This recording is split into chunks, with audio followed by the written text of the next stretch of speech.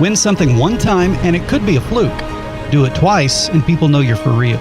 Win it 3 times and we use the word dynasty. And if you win something a 4th time, now we're talking about total dominance. For the 4th time, the Oklahoma Association of Broadcasters has named Aaron Kauk's The Skinny on Sports Report the non-metro sportscast of the year. Good afternoon, Western Oklahoma. I'm Aaron Kauk, and this is The Skinny on Sports Report. Congratulations, Aaron. Or should we say, Mr. 4-timer. Now keep on dominating. If you build it, he will. It's The Skinny on Sports Podcast with Aaron Kauk. I throw balls far. You want good words? Data language. Talk real sports with a real man. Come after me! I'm a man! I'm 40! And now, here's the be-all, end-all, know-it-all of high school, college, and pro sports. Aaron Skinny Kauk with The Skinny on Sports. We're talking about practice, man. I'm the MVP. And a good Thursday morning out there, Western Oklahoma. Welcome to The Skinny on Sports, right here on 98.1 FM, The Sports Animal. Glad to have you along for the next hour. Man, we got all kinds of stuff. Last night was the greatest play in NBA history. Did it happen last night? I hadn't seen it. Have you not seen? I'm sorry, I have you not. not seen the play that has sparked a protest from the Dallas Mavericks? Oh, I saw the protest.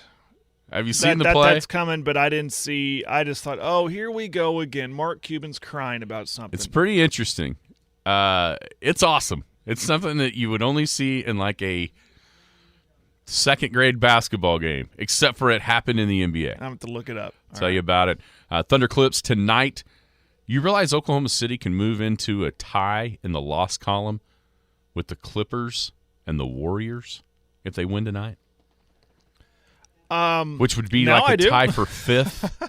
What do you think? You think back in, I don't know, October the 15th, let's say, if I'd have rolled in here on a random Thursday and said, hey, Jared, you know what I think's going to happen?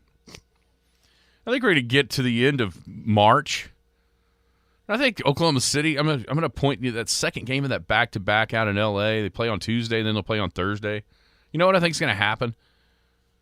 I think the Thunder are going to have a chance to be tied in the loss column with the Clippers and the Warriors if they win that game.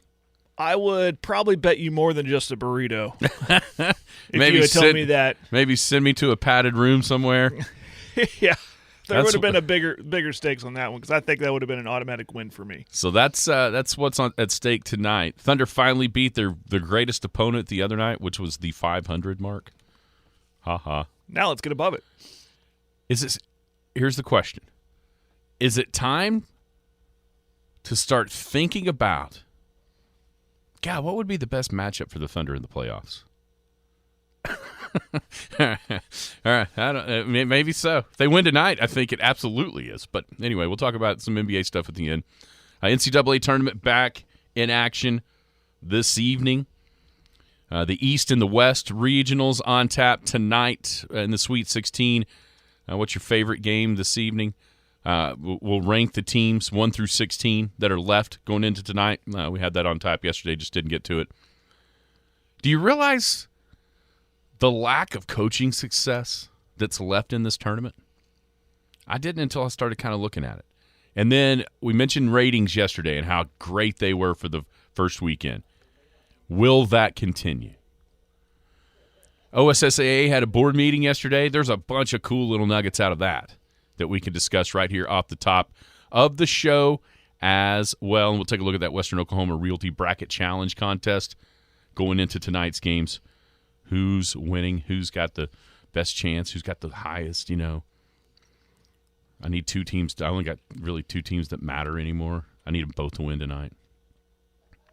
I guess one tonight, one tomorrow night, actually. But anyhow, we'll take a look at that as well. 225-9698 is the phone or the text line. That's 225-9698. Give us a call, shoot us a text. We can talk about any of those things. Whatever else might be on your mind, feel free to chime in at 225-9698. If you're going to be outside the listening area, a couple ways to stay in touch with the show. Log on to kadsam.com. Download the app. The app has got it all. It has got radio. It's got the penny news. That Penny News hit the website yesterday at midnight.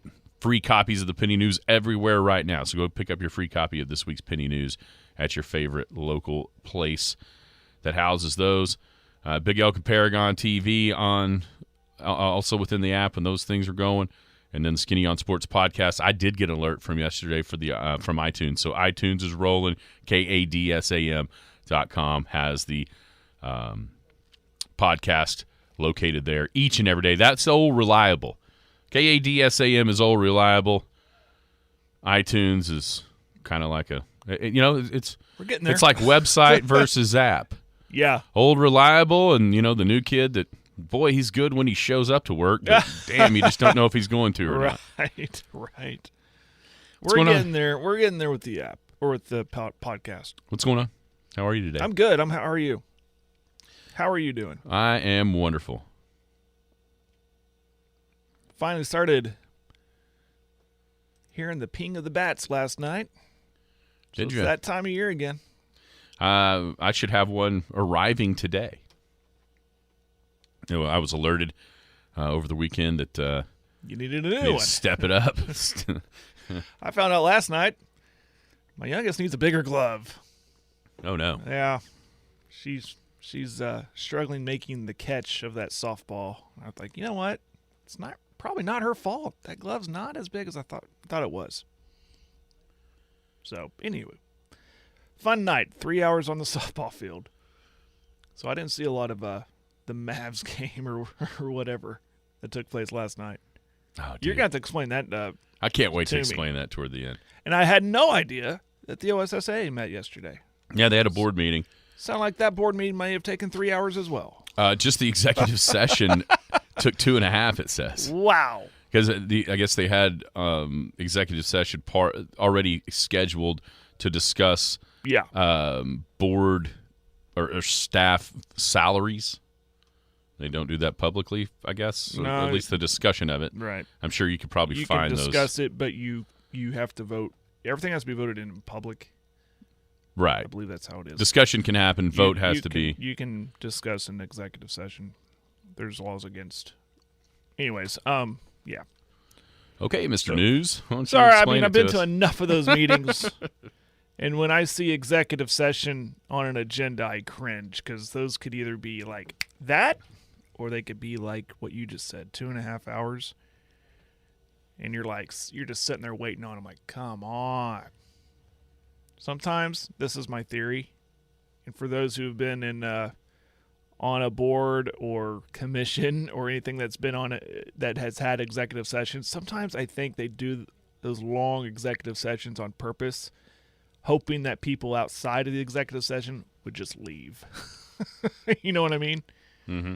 Like, all right, guys, let's just you guys kind of sit around and kind of. Let's order a pizza and let's just wait on that for a bit. We won't start until the pizza gets here. And if there's like shades, do you see them like peeking out, hoping that there's nobody in the lobby? I wonder about that. All right, so yesterday, the reason, a big reason of the executive session happening, I suppose.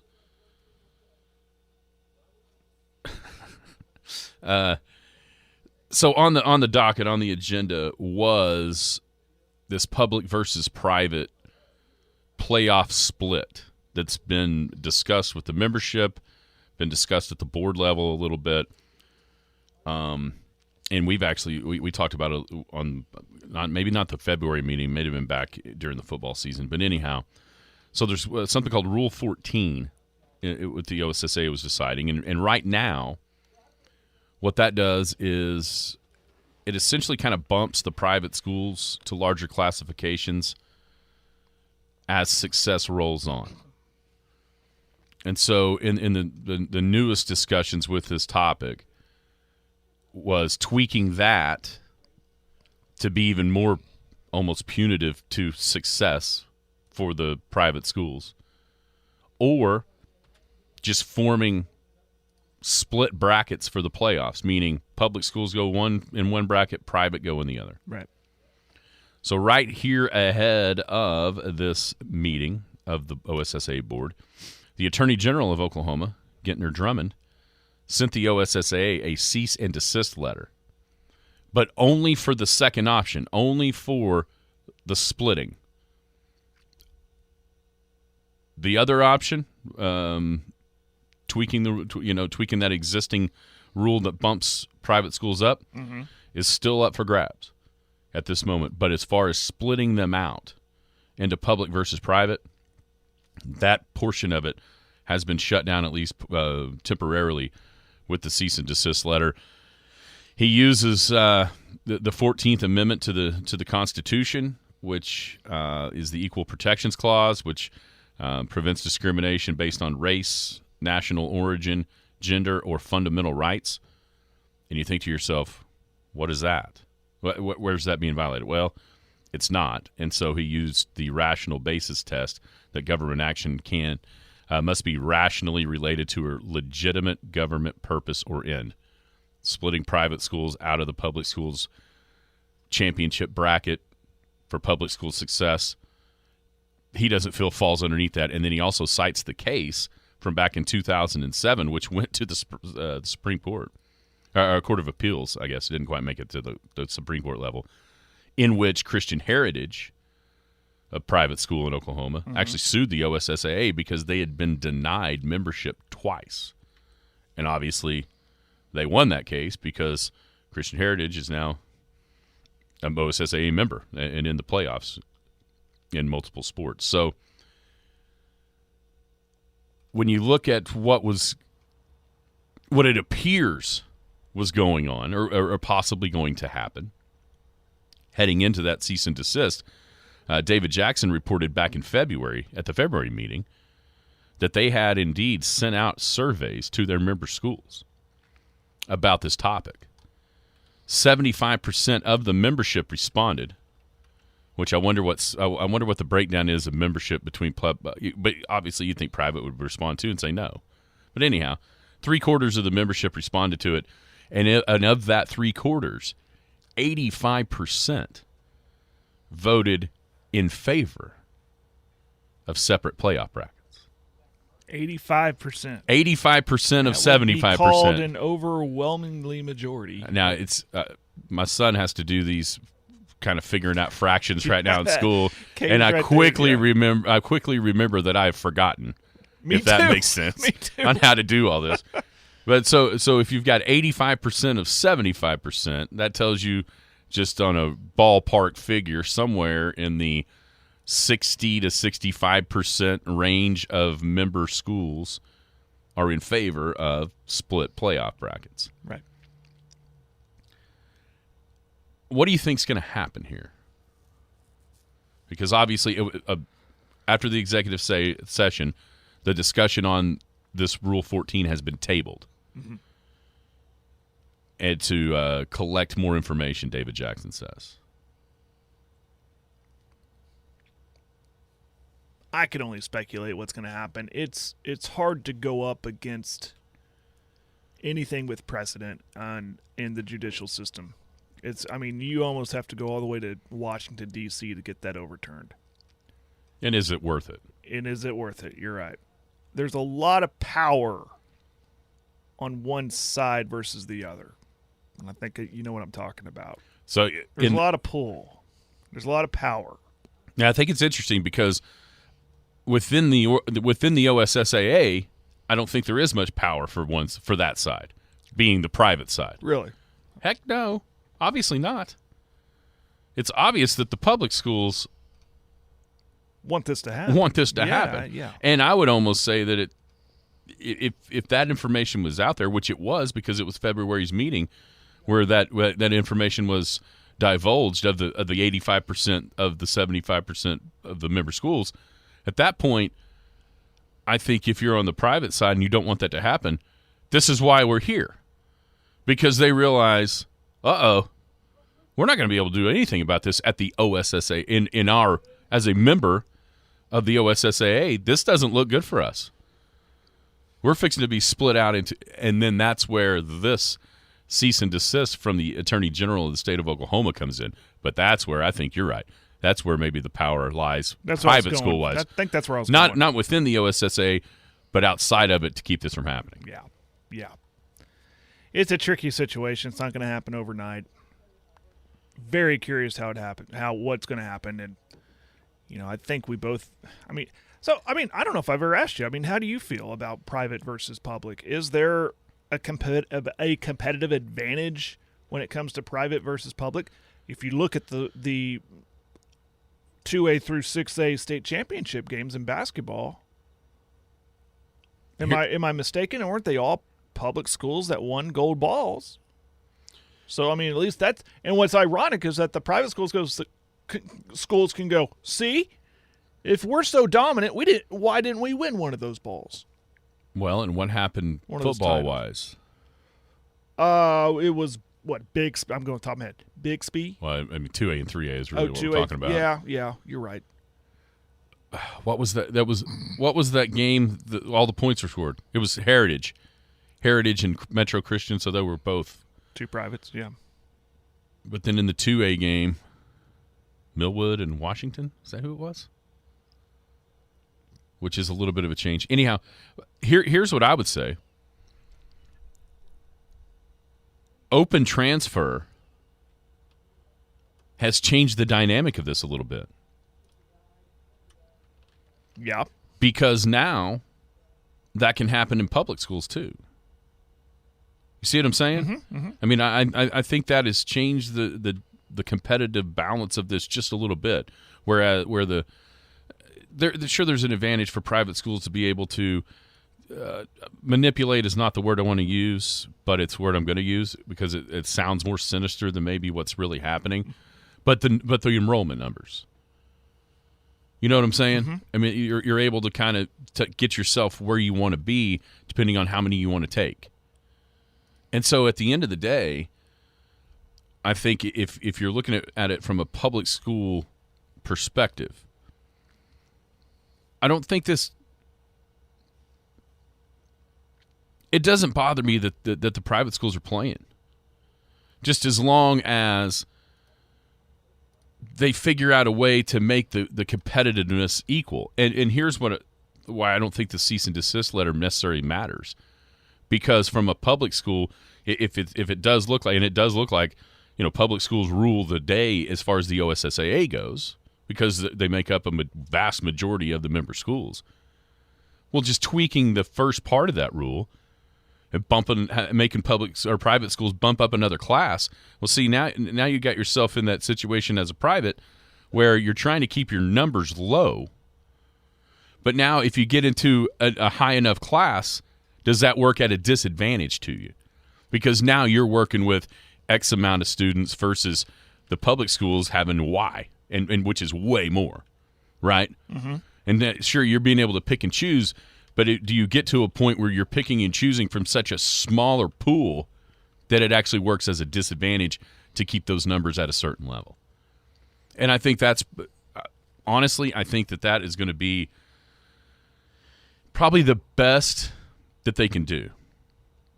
Yeah, see, I got a text. Golf, cross country, tennis. There's no doubt about that. Volleyball. Yeah, that's very, very true. We're thinking of it from a football, basketball, maybe baseball, maybe even baseball softball, perspective. Yeah, the ones we really pay attention to. But that's there's no doubt.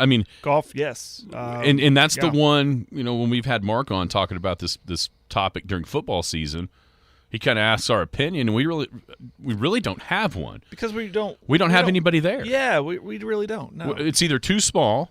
Mm-hmm. With the Class A schools, Merritt and Sayre and Cordell and everybody else around here, even down into the 8-man, it's not as much of a problem. And then Elk City, Clinton, Weatherford, Woodward, Altus, whoever is so much bigger than where the problem seems to be in that 2A, 3A area in those sports. But there's no doubt if you look at, just golf.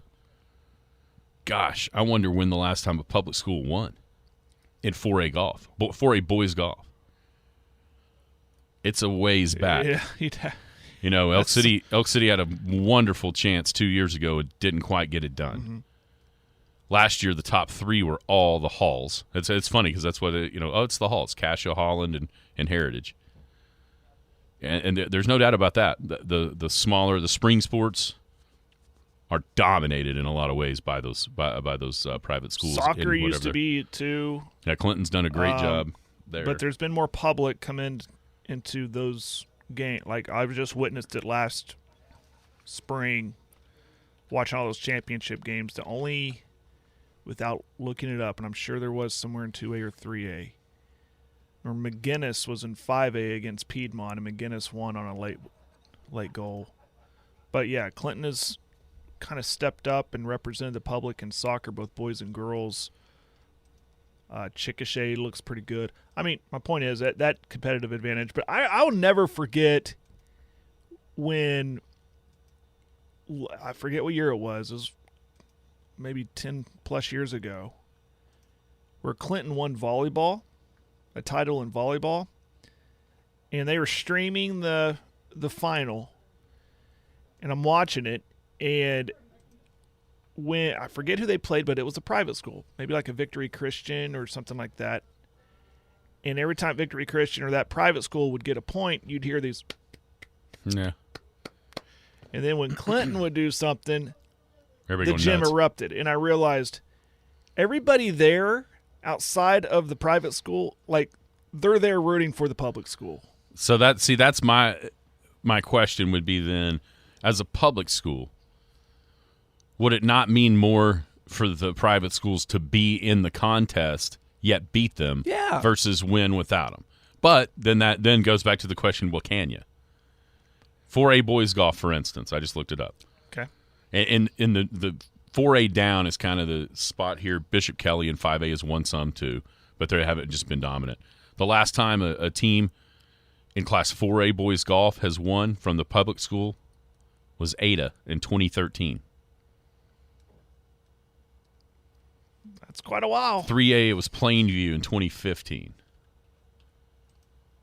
And they had a run because guess what? They won 3 in a row at least. I was going back to find.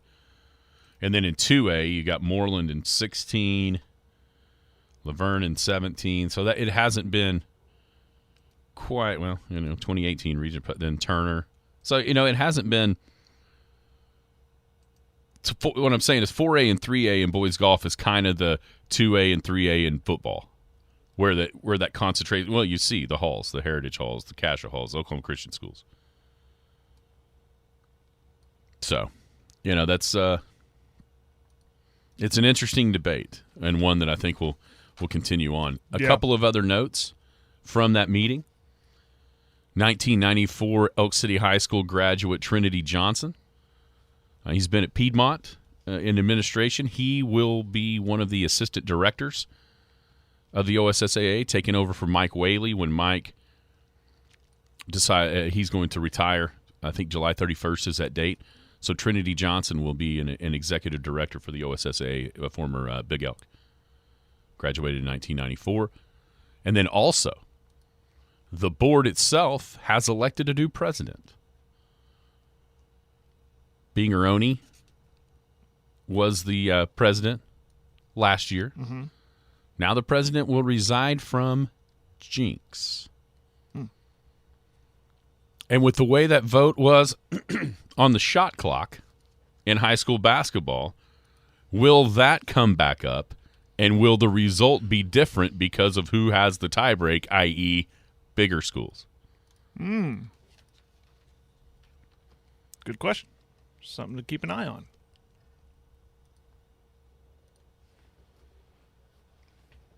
Don't know.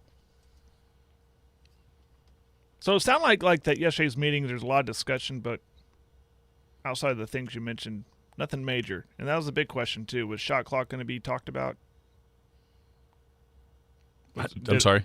Shot clock, was it No. that discussion brought up again? No. Nothing. I was just thinking ahead to what could be coming over Right. for the next year. Without seeing an agenda, I didn't know if that was on there or not. But it could be, based on these leadership changes. We could revisit that. See, this is interesting from Jeremy because I think I can make the same argument except publicly for a public school. So he said if the good travel teams in each sport ever get together, all decide or get convinced with the high school NIL to all come to the same private school, then there will be a major problem. Why can't that happen at a public school now, though? With the open transfer. With the open transfer. Yeah, I can see that. And that's what I'm saying. I think the biggest competitive advantage that the private schools have had was they could pick and choose who they wanted to come. I feel like public schools actually have that opportunity now as well with that open transfer. Or at least it's easier to get that done than it ever was before. Mm-hmm. Absolutely it is. Just executive sessions work. I never tell anyone what I sell my cows for. I love it. That's good. So some good notes from the OSSAA board meeting. It's something we can definitely keep our eye on for next month and see how kind of where this all goes.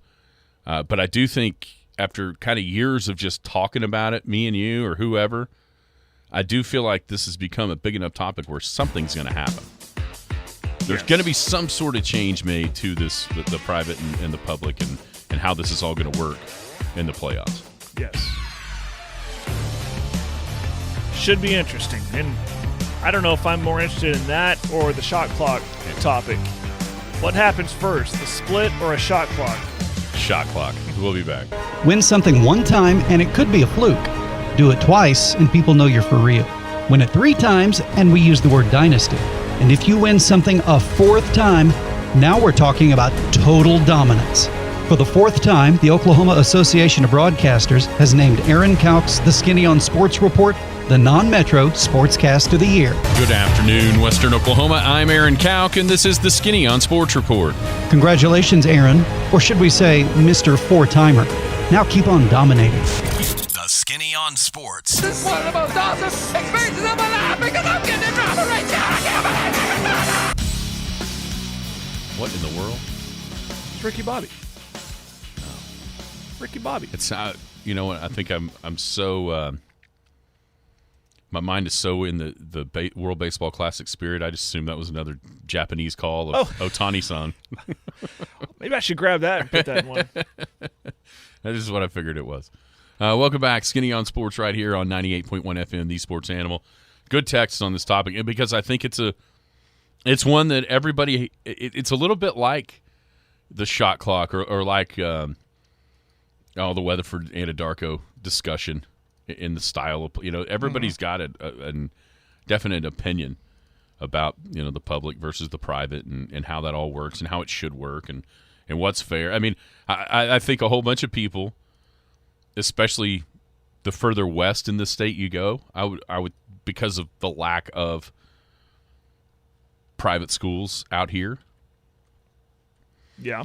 I think a whole bunch of people, if you ever brought up the question of, well, it needs to be fair for both sides, you just get an eye roll.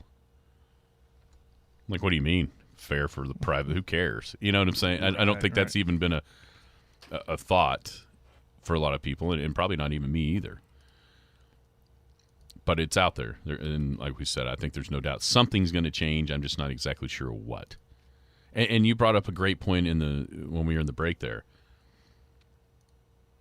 There's 2 sides of the coin, because now that it's together, every now and then you see a team that's really, really good from the public school. It's going to be good, and then it gets beat in the finals by a private school. And, a little bit of an uproar, or we were the best public school anyway. But if it's split, and that same thing's happen, is there always that asterisk in your mind of, well, were we really the best? Because we didn't play. You're always going to think whoever that was. Yeah. Like, what your favorite, put in pro teams terms, let's say the Thunder go on a run here and they get all the way to the finals versus, give me a team from the East. Boston. And the best player on Boston's team gets hurt, with Tatum, and Oklahoma City wins. Do you really want to win like that? Yeah, for that term, it would be better. I should have said Milwaukee, and then Giannis isn't playing. Exactly. Do you really want to beat Milwaukee with one of the world's best players out?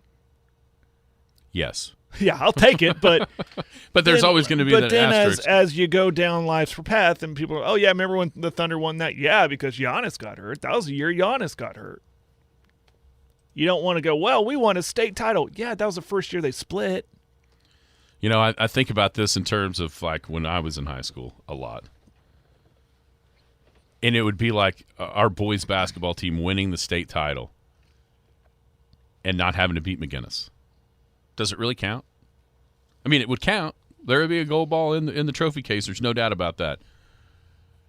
But I don't think it would be viewed nearly the same way as it would have been to be able to step on that floor of the big house and knock off Terrence Crawford and Junior Amos and the rest of it. Yeah. Right. Yeah, Sam's talking about 6A 1 and 2. I agree with that 100% too. You know. Yeah. But in Texas, I think it's a newer thing because in Texas you got Division I, Division II, and basically every classification, and that goes by size of school that make the playoffs in football or whatever. They break them out. I don't think anybody cares there, but it's been happening for so long that it's just kind of the way it is, right? Nobody wins 3A like Canadian or Gunter or whoever. They don't win, say, 3A Division II and go, well, we didn't win Division I. Nope, we won. Move on. And so maybe eventually that's the way it would get there as well. Yep. So anyway, it's good stuff. I can't wait to see kind of what the resolution is of this.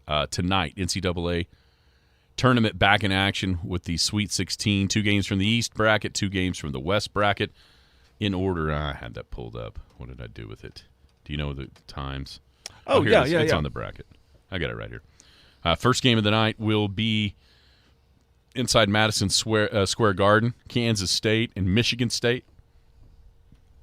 That's in the East bracket. The first West game is the one that I think a lot of people are looking forward to with Arkansas and UConn. Then you go to FAU and Tennessee back out east, and then the West game, the last one of the night, Gonzaga and UCLA. Which one of those are you most looking forward to this evening?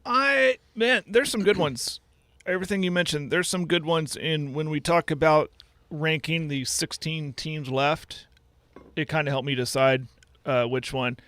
I'm interested in like 3 of them out of how many? 4? 4. Yeah. I would have to lean because of your love for UConn and their athleticism and how I was really high on myself for picking Arkansas to beat Kansas. And something that was pointed out to me, and I was listening to Jim earlier this week saying he had an Arkansas fan on, and that Arkansas fan actually pointed out to me that, yeah, they kind of had an up and down season, but a lot of that was due to injury, but they are getting really healthy at the right time right now. So I could see that being an up and down, crazy athletic game between Arkansas and UConn. So give me that one. I hope it's allowed. Allowed by 5 people. Those 5 people are the 3 referees And the coaches. and the 2 coaches. Yeah. That's exactly right. Let them go. Yeah. Because if they let them go, that game is going to be maybe the game of the tournament athletically. Because it can be awesome. I'm a little skeptical whether or not they'll just let them go. Hey, Musselman, take your shirt off before the game and just go. Yeah. By the way, if Arkansas continues to win, are we going to have to get the old black box prepared? Is he just going to are more articles of clothing coming off as they keep – is this like Major League where he's pulling off like all the the, little yeah. I mean, is he going to have to make sure that he's got some undergarments on Saturday if they win tonight so that we don't see stuff we don't need to see? Hopefully UConn beats them tonight. We don't have to worry about that, at least for my bracket and the Western Oklahoma Realty Bracket Challenge. I'm looking forward to that one. I think most people, though, would say Gonzaga, UCLA. Yeah, I kind of ranked what games I'm looking forward to, and that was my number 2 game. Mm-hmm. And then based, again, the on East these, is just kind of bleh. Yeah, based on my rankings. What's fun about this is that they're all evenly matched, I think. Outside of some, but tonight we got a lot of evenly matched games, and Michigan State and Kansas State, I think, can be evenly matched. Okay, so we're mentioning the rankings. Yeah, our rankings, yes. So how did you rank? Let's go from 16 to 1, okay, and go in like 4 increments, like 16 to 13. Sure. How did you have these ranked? I had Florida Atlantic 16. I didn't want to put Princeton at 15, but because of the other teams that are there, I had to put them there. But I'm with Jim on this one, too. I like their style of play. Miami and then Creighton. Oh, my gosh. I'm not a big Miami fan. Just not. I thought you were going to – did you cheat off my paper? Exact same 4? Except for 13. Florida Atlantic, Princeton, Miami, 16 through 14. I actually have Michigan State 13. Okay, I am a little higher than that. I'm not. Okay. There's no way they should have won Well, that game against I got Marquette. the Izzo factor going on. Well, there. I'll get there in a second. Talk about coaches. I'll with get there in a success. second too. Okay. All right, my 12 through 9. I've got Creighton 12, San Diego State 11, Arkansas 10, and Kansas State 9. Wow, we are no. What'd you say? What was your first one? The 12. Creighton 12, San Okay. Diego State 11, Arkansas 10, and Kansas State 9. All right, I went San Diego State, Xavier, Kansas State, then Michigan State. Wow, you got Michigan State clear up toward the top half of this thing. Again, the Izzo factor for me. Okay, 8 through 5, I've got Xavier, Gonzaga, Tennessee, and UCLA. Tennessee, UCLA, Arkansas, Gonzaga. This is where I'm getting into my area of Final Four. So I got to keep some of those higher. Top 4. Texas, UConn, Houston, Bama. I just have UConn and Texas flipped. UConn 4, Texas 3, Houston 2, Bama 1. Now, before we get to the coaches, of those 16 teams left, for whatever factors you want to use, which one do you think is the biggest favorite to make it to the Final Four? Bama. I would agree because of their bracket, mainly. That's mainly what I'm leaning on. Houston would still have to go through Texas and Gonzaga, right? No, Texas and Miami. Texas and Miami, but Gonzaga was on the other side. They'd Yeah. have to see them in the Final Four. Yeah, Bama, they're good, and they got a pretty easy road. Yeah. Tonight's game, or I'm sorry, tomorrow night's game against San Diego State's the highest seed they're going to face at a 5, because that other game is 6 and 15. I would put Tennessee next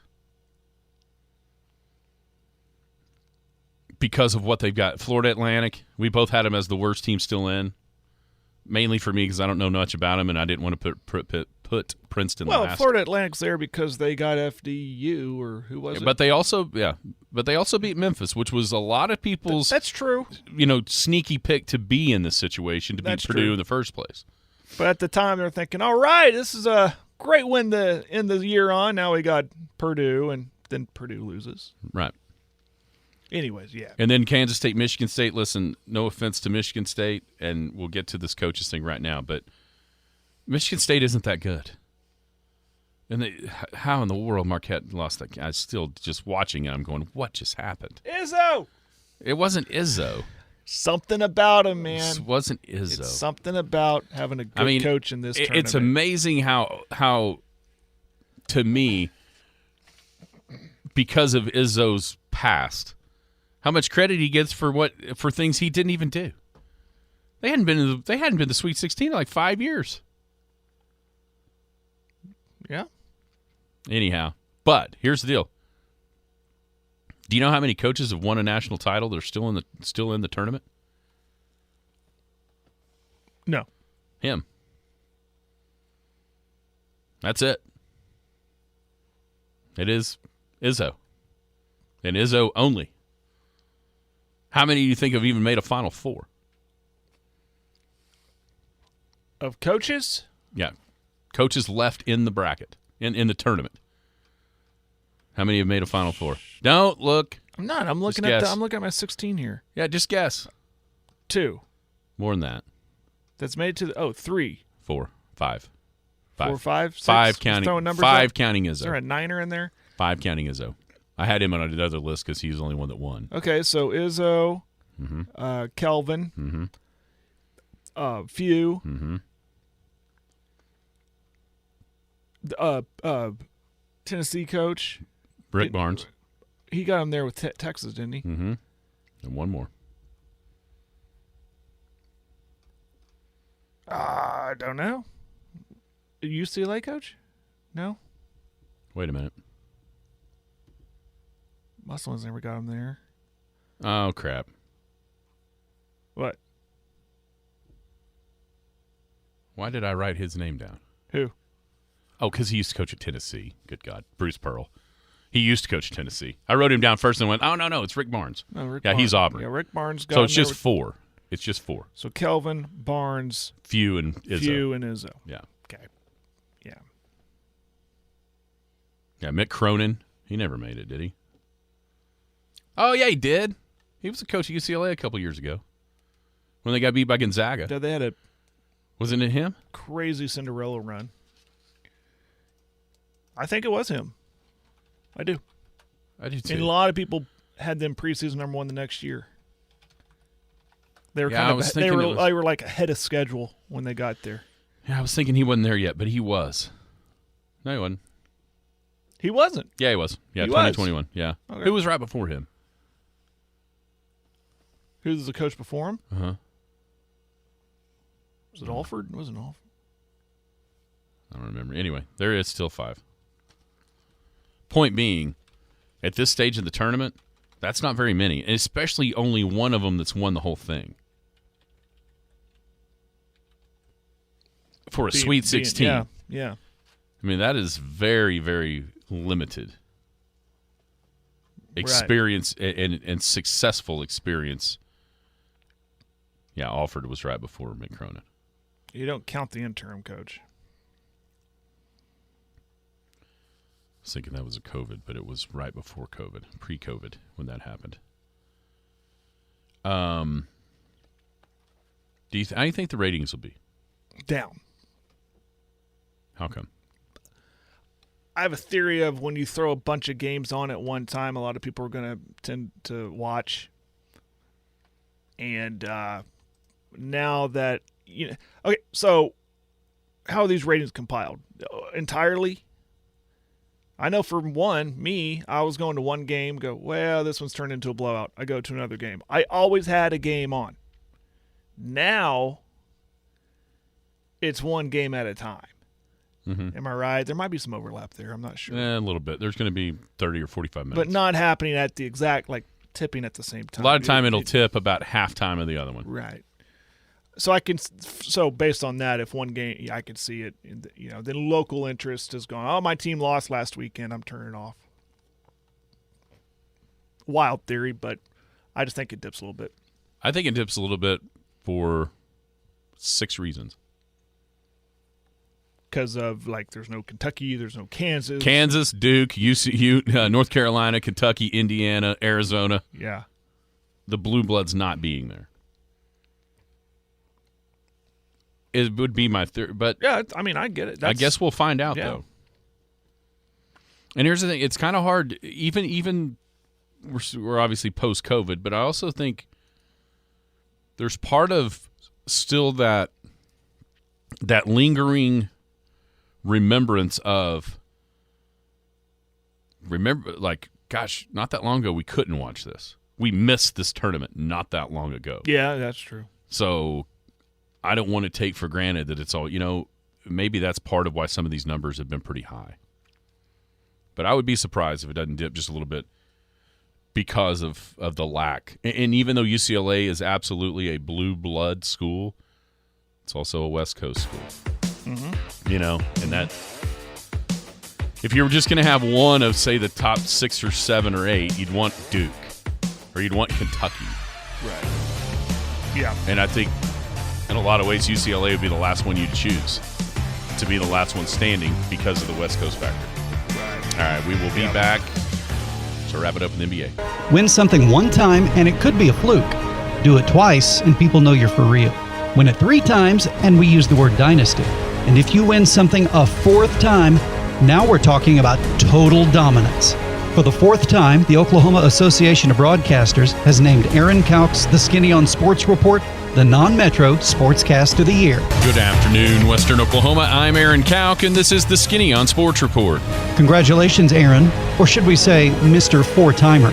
Now keep on dominating. The Skinny on Sports. But is having this minor skill worth being so unattractive? That's for the fan to decide. Yay! Welcome back, Skinny on Sports, 98.1 FM, the Sports Animal, wrapping it up here on a Thursday. Let's take a look at the Skinny on Sports Western Oklahoma Realty Bracket Challenge standings. Our man Scotty Kelly and Joel Hopper. I figured out who that is. Okay. It's Aiden's dad. Aiden Hopper, Big Red, 48, the tight end. It's his dad. Awesome. So he was like, man, I'm right up at the top, but I picked Purdue to win it all, so I'll be falling down fast. Yeah, you got to kind of wait for that, yeah. Not only is Scotty ahead. Oh, nope. Oh, my gosh. Did you realize this? What's that? Tied for 34th. It's ARG. That's what it says. Who's that? I don't know. But they have the most possible points left. ARG? ARG. Some kind of pirate? Do we know a pirate? Is it Mike Leach's ghost? Is it the Too soon? No. Is it the guy from SpongeBob, the crab? I do know this. They have the most points possible, but guess who their champion is? How about that? This is pretty amazing. Who's that? Princeton. Wow. Now that's interesting. So they'll be big Princeton fans. Princeton, champion. But they still have the highest possible points. Here's the deal. Scott's going to win if Xavier wins it all. Because that would mean knocking out Houston, which a whole bunch of people, and or Texas. Well, Texas first, Houston second. And Alabama, my man Heath Martin, would have a chance. You know, the Josh Landreth. Oh, he picked Alabama. I can't believe he didn't pick the Hogs. Former Arkansas track star. You look at the depth of people we get on this show playing in this tournament. It's pretty cool. I talked to the guy that picked Kansas State yesterday. Our man Pat Sanger. Yeah. I said, "What? How did you come up with that?" And he said, "Man, we were out in Indian Wells watching that the tennis tournament, me and the boys, and I was like, oh crap, I forgot to fill that out, and I just went real fast and picked Kansas State." I was like, "Well, it's looking pretty good right now." Anyway, lots of Houston picked. Lots of Houston. Yeah, I saw that. Myself included. Lots of Houston. I mean, it's by far the most popular champ. Even before teams got knocked out, Houston was half of our group. Almost has Houston as a champ. Yeah. Kansas was next, probably Texas after that. Just looking, getting a feel for where everybody's at. Anyway, it's good stuff. Thank you to Tyler, Robbie. All the gang down at Western Oklahoma Realty. People before property is their motto. It's the group's motto. They will do you right on the real estate side of things tonight. Oh, not tonight. So last night, the Mavs and the Warriors.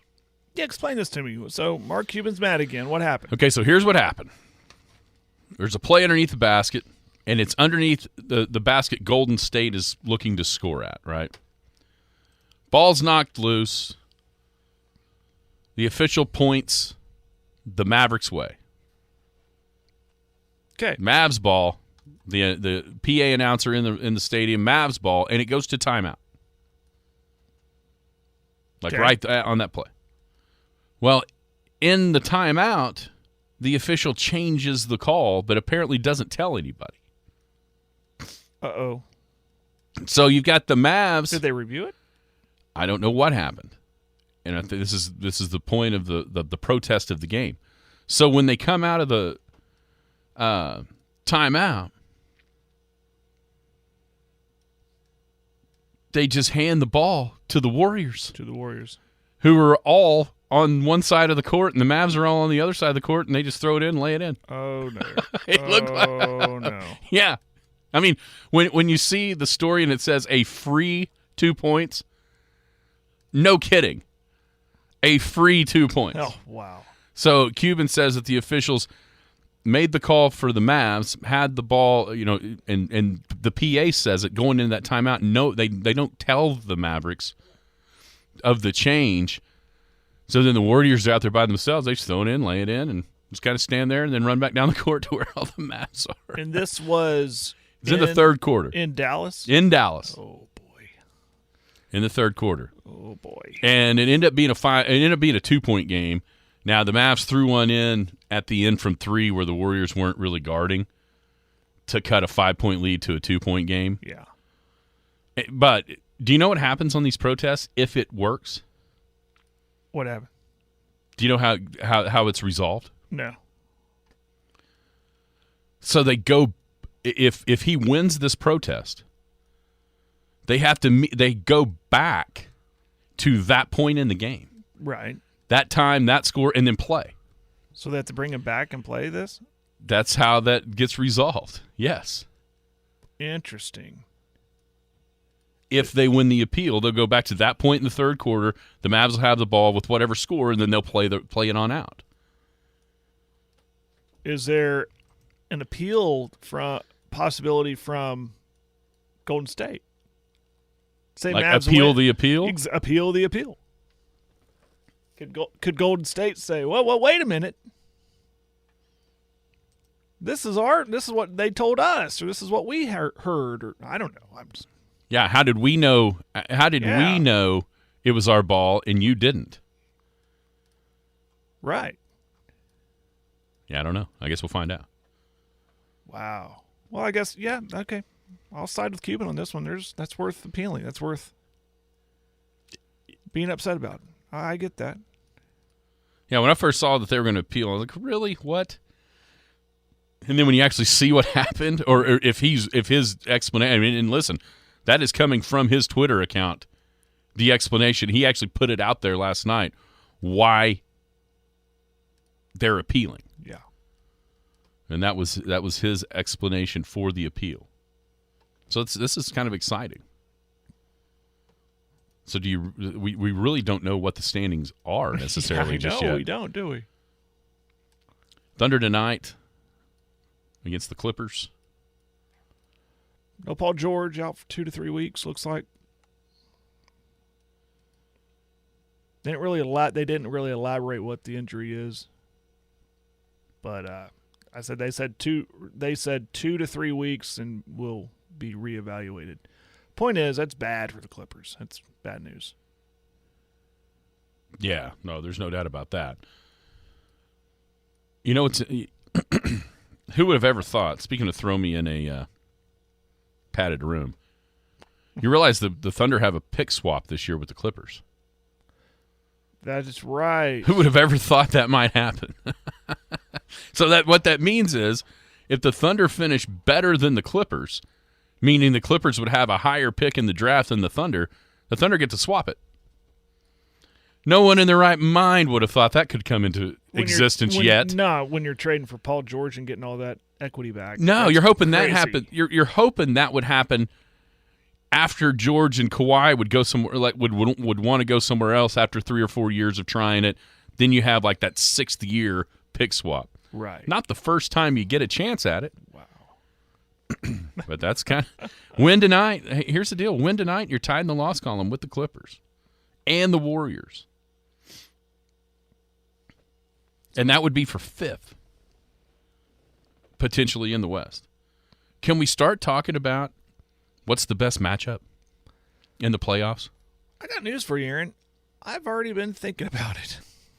I've already looked at Okay, if what would the season ended today, this is what it would look like. What would you hope would happen? Well, at this rate, what are we looking at here? Are we looking at playoffs? Well, I mean, I think you can Help me out with that. I think you can go 1 through 6, and then or figure out where you want to be. Yeah. I've thought. I don't think I'd want to see, like right now, if it ended, they'd be playing Dallas, right, in the play-in. No. Wait, does it 8, 9, 7, and 10? Yeah, that's right. I'm not sure I want that. I like to get up to that 7-6 area, obviously. I think they match up well with Minnesota if there's some scenario there. Yeah. Guess who's back? Cat. Karl Anthony Towns. Yeah. I think I saw that too. Yeah, he came back last night. Made 2 clutch free throws to beat Atlanta. Well, guess who's on Oklahoma City's team? SGA. Yeah, I know, but who's going to guard Cat? Yeah, that's true. I don't want anything to do with Golden State. Clippers don't look so scary anymore. Is LeBron just sitting back waiting for the season to end? And then You better not be. They may not be there. For me, Who do you think matches? For me, it would be Dallas. It would be Dallas. Absolutely, because what can the Thunder not do? They don't have anybody to guard the rim. Yeah, Dallas isn't necessarily big either. Exactly. Yeah. They don't have somebody that scares you to death like Cat. Phoenix, they obviously can't guard Devin Booker and then put Durant on that team. Ish. You don't want any part of that. No. Sacramento is... I think Sacramento would be one because of their style. I mean, yeah, they got Sabonis, and that's going to be a tough matchup for Oklahoma City, but at least it gives you the opportunity to outscore somebody. Their weakness is the Thunder. They're both more offensive than defensive teams. I think everybody would agree with that. So maybe you could get into a shootout and be able to figure out a way to win those games. Maybe. Memphis, now that Ja's back, how does that look? That looks a little bit. I mean, to me, the last thing you want to see is Phoenix. No. You don't want any part of Phoenix. And you probably don't want any part of Denver either, because how are you going to cover Jokic? No, you don't want Denver. And then, Minnesota. I mean, if your choice is Minnesota or Denver, I think you take Minnesota all day long. If your choice was Sacramento or Minnesota, maybe you try your hand at Sacramento. Even though they've been a way better team, maybe you match up a little bit better with Sacramento than Minnesota because of Karl. I mean, Karl Anthony Towns dominated Oklahoma City when Steven Adams was in the paint, right? I mean, right. He's always dominated OKC. And I don't think you want any part of LeBron or Anthony Davis if it mattered. Because who in the world can cover Anthony Davis or LeBron on the Thunder? Really nobody. That becomes a super tough matchup. Yes. But it's fun to be talking about it, right? Absolutely. Tonight, you can hear it. 9:30, another late tip for Thunder Clips. 8 o'clock is the pregame right here on 98.1 FM, the Sports Animal. College hoops tonight, man. We'll have all kinds of stuff to talk about. I-40 Baseball Festival going on, starting right now. Big Elks and Sentinel. Is that the alert I got? It probably is. Everybody have a great day. You've been listening to the Skinny on Sports podcast with Aaron Cow. Be sure to hit that subscribe button to get alerts of when the latest podcast is available. Thanks for listening. That ball is blistered to right. Way back. Goodbye. Win something one time and it could be a fluke. Do it twice and people know you're for real. Win it 3 times and we use the word dynasty. And if you win something a 4th time, now we're talking about total dominance.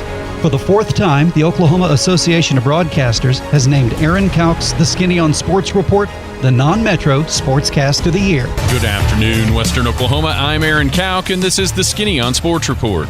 Congratulations, Aaron, or should we say Mr. 4-timer. Now keep on dominating.